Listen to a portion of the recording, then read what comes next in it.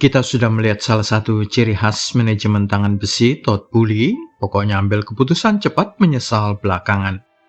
Frank Lampard dikukuhkan menjadi pelatih sementara pada 6 April 2023 sampai akhir musim. Ini menjadikan Chelsea bahan tertawaan seluruh dunia. Seorang manajer yang sudah terbukti gagal bukan hanya di satu klub tetapi 2 klub malah dipanggil ulang. Dulu 7 bulan lalu Graham Potter juga dikukuhkan hanya selang 1 hari saja usai pemecatan Thomas Tuchel. Sikap buru-buru Todd Boehly ini berpotensi memberinya kerugian besar. Frank Lampard 13 tahun membela Chelsea. Frank James Lampard, kelahiran 20 Juni 1978, adalah bekas pemain Chelsea. Dia termasuk setia membela klub London ini selama 13 tahun karirnya 2001 sampai 2014 usai didatangkan dari West Ham United. Lampard kemudian pergi secara diam-diam tanpa perpisahan secara layak kepada para pendukungnya pada awal Juni 2014. Tapi itu lebih karena klub tidak memberinya upacara perpisahan sepantasnya. Usai 1 periode di Manchester City dan 1 musim lain di New York City FC, satu grup perusahaan, Lampard kemudian kembali ke Inggris 2 tahun kemudian sebagai pelatih Derby County. Performa Lampard di Derby dan Chelsea. Antara Mei 2018 sampai Juli 2019, dia mengambil alih posisi pelatih di Derby County, sebuah klub Championship, klub divisi kedua sepak bola Inggris. Dia menaikkan kontrak 3 tahun dengan klub berjuluk The Rams tersebut. Namun catatan pertandingan atas namanya kurang begitu baik, 42% saja rata-rata kemenangan, 24 kemenangan dari 57 pertandingan menyebabkan kedua belah pihak berpisah secara baik-baik. Derby mengizinkan Lampard untuk berbicara dengan bekas klubnya guna mengisi kekosongan posisi pelatih. Juli 2019, Lampard diberi kontrak 3 tahun oleh Roman Abramovich, namun memulai musim baru 2019-20 dengan kekalahan 4-0 di tangan Manchester United. Kemenangan pertama Lampard baru terjadi pada pekan ketiga, skor 2-3 di kandang Norwich City, lalu pekan kelima di kandang Wolves dengan skor 2-5. Lampard kemudian mengakhiri musim 2019-20 itu di posisi keempat klasemen Liga Inggris, sedikit lebih buruk daripada Maurizio Sarri 1 musim sebelumnya yang berada di urutan ketiga. Di ajang Piala FA dia berhasil membawa The Blues lolos sampai ke final, namun sayang sekali ditaklukkan pasukan Mikel Arteta 2-1 di partai puncak pada 1 Agustus 2020. Sementara itu di Piala Liga atau EFL Cup terhenti di putaran keempat oleh Manchester United. Sedangkan di ajang Liga Champions, mereka dibantai oleh Bayern Munchen dengan skor 7-1 dalam 2 leg pada babak 16 besar. Sedangkan di ajang Piala Super Eropa, hasil dari juara Liga Eropa musim sebelumnya, Chelsea dikalahkan Liverpool dengan adu penalti setelah skor sama kuat 2-2 selama 120 menit. Musim selanjutnya 2020-21 tidak berjalan sesuai rencana. Chelsea menderita 5 kekalahan antara Desember sampai Januari di tangan Everton, Wolves, Arsenal, Manchester City, dan Leicester City yang menyebabkan kontrak 3 tahun miliknya diakhiri lebih awal dan digantikan oleh Thomas Tuchel.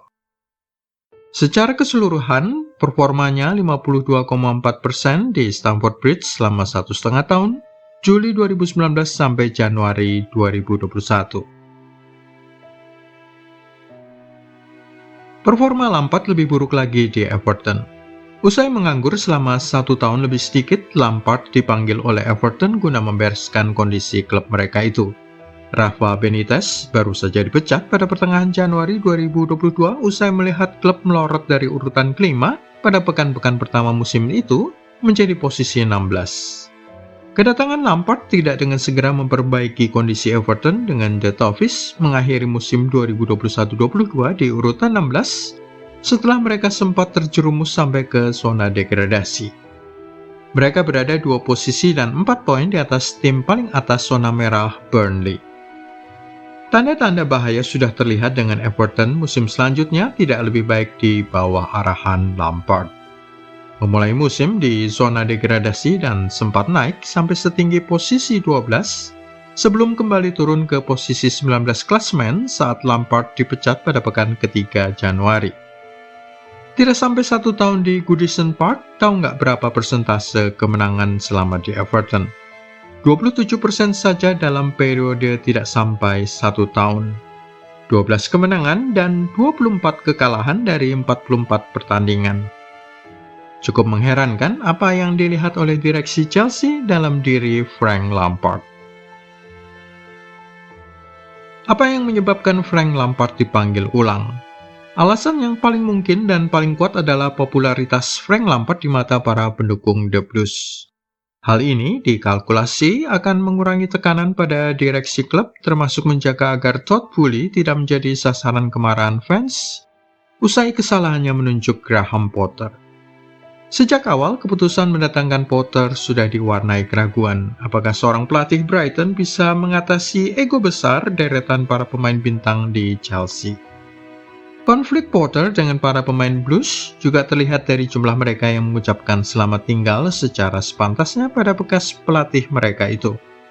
Hanya 4 pemain yang menyempatkan berkirim salam. Sisanya diam saja seolah-olah mensyukuri kepergian sang pelatih. Alasan kedua, diyakini Chelsea tidak akan turun lebih dalam lagi mendekati zona degradasi. Ada jarak yang cukup jauh dengan 9 tim paling bawah klasemen Liga Inggris. Ada kesenjangan 9 poin dengan Crystal Palace yang berada di ranking berikutnya, ranking 12. Ada jarak 12 poin dengan Nottingham Forest yang saat ini menduduki posisi paling atas zona degradasi, ranking 18. Dan ada jarak 16 poin dengan Southampton di dasar klasemen. Jadi dirasakan cukup aman memberikan posisi pelatih sementara bagi Frank Lampard untuk 9 laga tersisa musim 2022-23.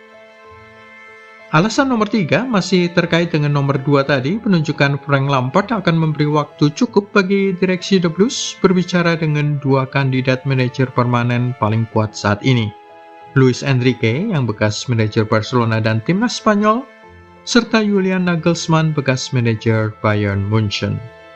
Direksi juga akan memikirkan skema kontrak yang lebih baik lagi belajar dari pengalaman pahit Graham Potter. Sudah diberi kontrak 5 tahun, diputus dalam waktu kurang dari 7 bulan. Berapa duit yang hilang untuk membayar pesangon Potter? Cara Frank Lampard bermain. Sang pelatih sementara adalah penggemar possession football dan tekanan tinggi di atas tengah lapangan lawan. Selama musim 2019-20, musim penuh pertama Lampard di Chelsea, dia hanya kalah dari Liverpool dan Manchester City untuk soal jumlah pengambil alihan bola di setengah lapangan lawan. Pada musim pertamanya di Derby County, mereka menjadi tim nomor 6 di seantero divisi Championship untuk urusan recovery bola di setengah lapangan lawan. Lampard juga memainkan 2 poros ganda, 4 pemain bermitra 2-2 di tengah lapangan, guna mengkompensasikan hilangnya 2 wingbacks yang maju membantu serangan. Tetapi seperti kita lihat dari kasus Liverpool, permainan bola berbasis kepemilikan dan tekanan tinggi di setengah lapangan lawan seperti ini butuh para pemain dengan stamina sangat tinggi dan bisa membuat pemain mengalami kelelahan akut. Bagaimana pendapat Anda? Apakah benar sebuah kesalahan menunjuk Frank Lampard sebagai pelatih sementara? Buat komentar yang disukai oleh para penggemar dan jangan lupa klik like, subscribe, dan tendang loncengnya.